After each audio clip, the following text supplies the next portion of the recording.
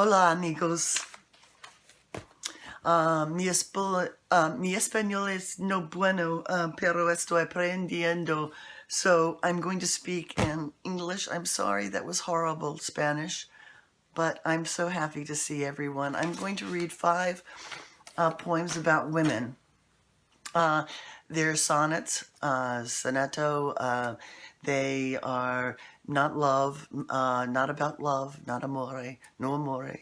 No sonetto L sonetto sangra. So they are about women who are rebels, and I hope you enjoy them. The first one I'm going to read, this you all know Claudia Keelan. This is her magazine Interim. Wonderful poet, wonderful magazine. And I'll read the first one from that, and it's called Frida Kahlo. There is fierceness that comes from pain. Cheekbone highlights or wads of paint layered in streaks. Our face a canvas crossed with rain, a flower bleeding into bloom but mired in barbed wire. Some painted imbroglio. Don't look too closely. The pain is the art. Nothing to do at all with the show of hue. Broken bones were the other part of paint showing through. No haughty pretense. It's in the art of how I carry it. Okay, that's Frida Kahlo from Mexico. We have, I have 2 women from Britain and a woman from Germany and 1 woman from America. So I'll break up the women from Great Britain so that they're not running together. The first one is Elizabeth I. And the only thing that you need to know about Elizabeth is that it is speculated that her true love was Robert Dudley. They never married. He was involved in treason against her. But it was always maintained that she loved him till the very end. And in her things after she died, they found a letter from him, and it was marked in her handwriting, his last letter. Elizabeth I. There was never a night that courtiers stood outside the door, never a morning billowy sheets were checked by warriors of the throne. So be it.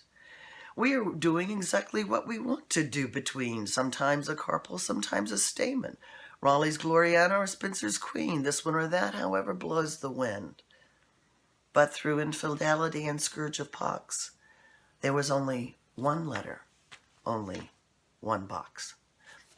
It was said to have been found in a box. So the next one that I'm going to read is a German woman. You may know her, Sophie Scholl.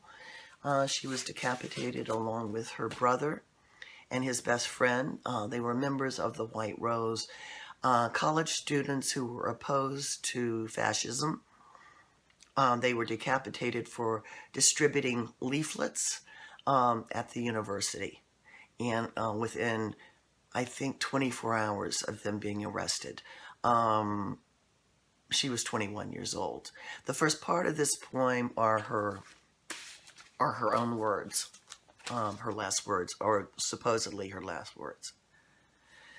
Such a fine sunny day, I have to go, but what does my death matter if through us thousands of people are awakened so, and stirred to action for that which is just. I feel no pain. The shock of the baton against my leg was resolute, my limp barely noticeable beneath my con of courage to myself. The sun, a glimpse of Hans, of love, of all I never knew.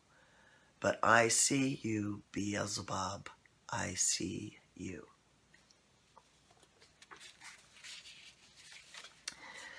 Back to Britain, Mary Shelley, who wrote Frankenstein.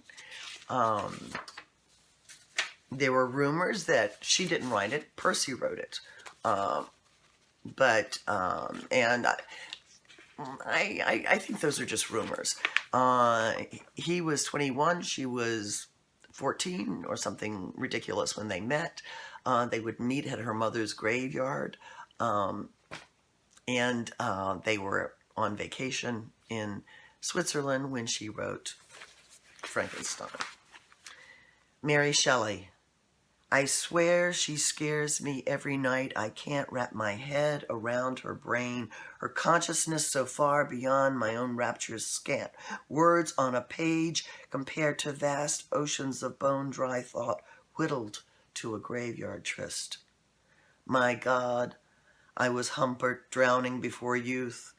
A wink, and I fell down hard. But that was nothing. Her wit, everything. Her mind, colossal. Wait, let's get one thing straight. I only edited. There, end of debate. The last poem I'm going to read is an American. It's an American woman. I'm going to read it as a companion to Nancy Morion's poem, A Black Rose for...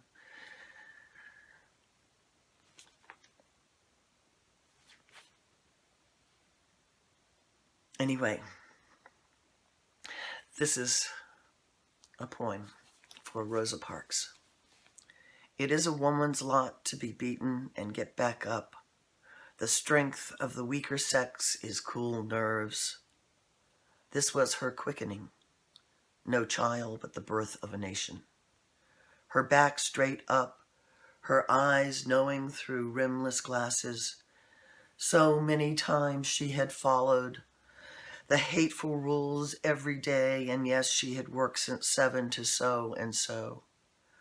But that was not the fatigue she could be. She was tired of arbitrary cruelty. Muchas gracias. Adiós. Hasta la Habana.